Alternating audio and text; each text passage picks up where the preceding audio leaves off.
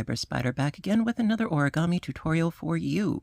Today we're going to be doing some modular origami, and this is called a Sonobe jewel. Yes, now the term Sonobe or Sonobe is where you take individual units of origami pieces, fit them together, and you don't need any tape, no glue. It's fabulous. They fit together like a little puzzle and create this little jewel shape.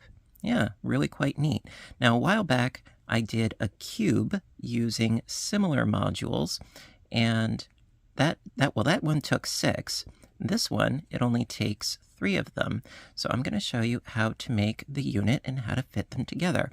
Now, if I were to use a regular sheet of paper, this thing would be huge. Yeah, so what I decided to do was take the paper and fold it in half again, and rip along those lines so that I could get 4 sheets for the price of 1, and it creates a cute little example.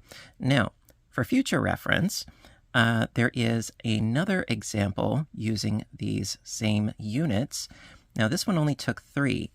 This one took 12 of those little modules, and this one is, well, quite extensive, but it's based on the same principles.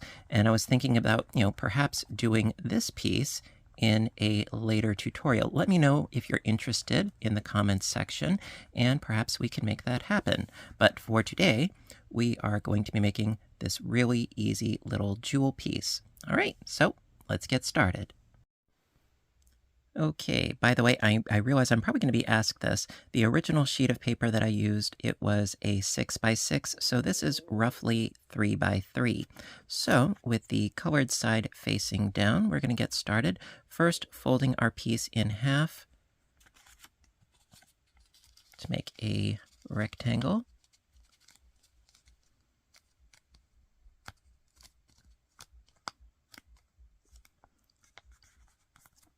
And if you're a fan of repetition, this type of origami is perfect for you because, yeah, with a lot of these pieces, you need to make quite a few of these little guys.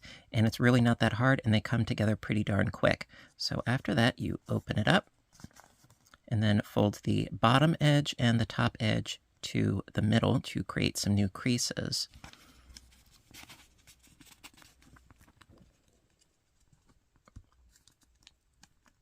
Now, of course, you could use origami paper, but things like this lend themselves to using all different kinds of paper.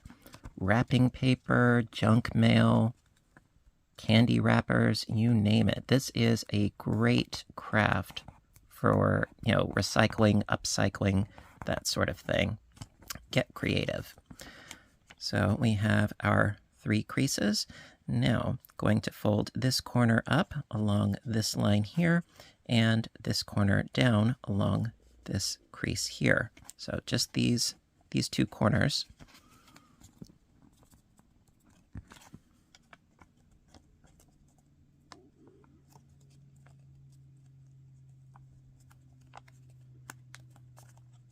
And also, I'm going to put a link to the video that I did on the cube in the description box down below.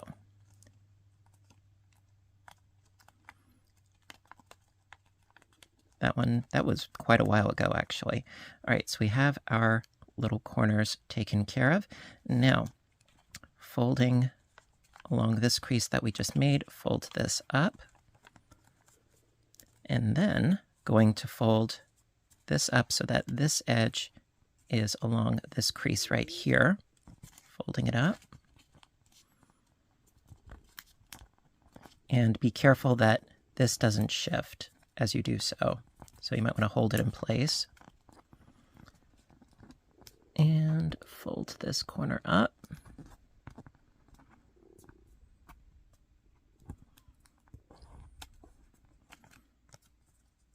Like so.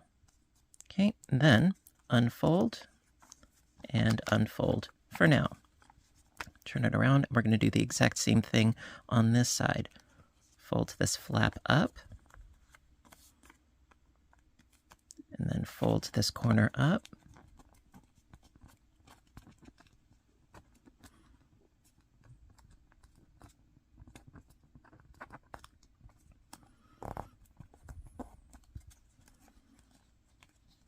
There, like that. Okay, now you can turn it around and then fold this flap back up, and we still have this corner to deal with. So going to lift up this flap underneath. It's almost like we are sort of folding a cardboard box, if you will. So this goes underneath that flap, tuck it underneath there, and smoosh down. So you have an X of creases to work with. I'm going to do that again for you.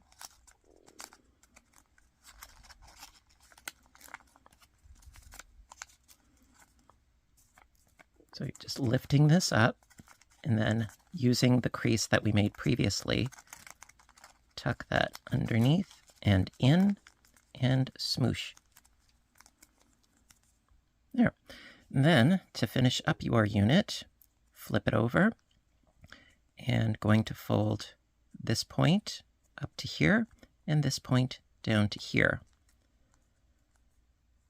forming our piece into a square shape.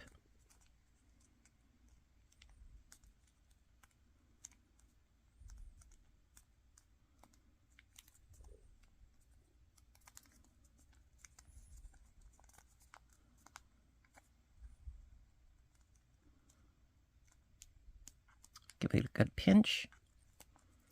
Okay. Then going to fold this in half diagonally this way. Sort of creates little pants. And then give it a good crease. And that is one completed unit for this piece. Now you are going to need 2 more for your finished piece. So you might want to hit pause or, rewind to the beginning of how to make this. So you're going to need a total of 3, and they could be any colors, the same color, different colors, doesn't matter. But you are going to need 3, and then we shall commence with the joining, the puzzle fitting. All right, I'll see you soon. All right, so now we're going to take our 3 units and fit them together like little puzzle pieces. Now, I strongly advise that the creases here, here, and then the one in the middle are really pronounced, because that is going to help us as far as fitting them together. So taking 2 of our pieces here, going to take the gray and insert it into the orange. And we have little pockets here, and we're going to insert the tab of the gray into the pocket of the orange, like so. Then, utilizing those secondary folds, folding the square in half here and here, going to fit the orange into the gray. We had the gray into the orange, now the orange is going into the gray. Regardless of what color you're using, the principle is the same. So there we go. Gray into the orange, orange into the gray. Now, we have the blue one to contend with. Okie dokie. So, we went into the gray with the orange from this side. Now, with the blue going in from the other side, the other direction.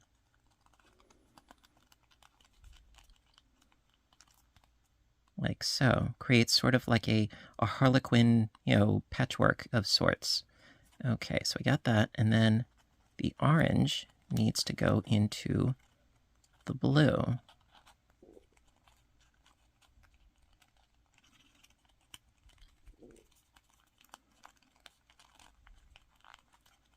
There we go. Then to complete the other side, well, let's see. We have a gray tab, which we can fit into the blue piece.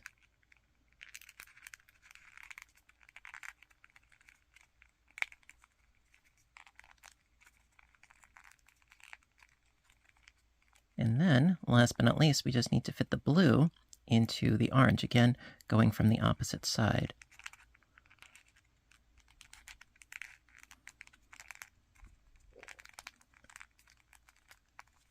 And there you go. A beautiful little paper jewel. Now, does it have any practical purpose? None that I can think of, but it is decorative. It is pretty. I like these things. You could, of course, take a needle and thread, run it through this point here, and you could hang it up as like a little ornament.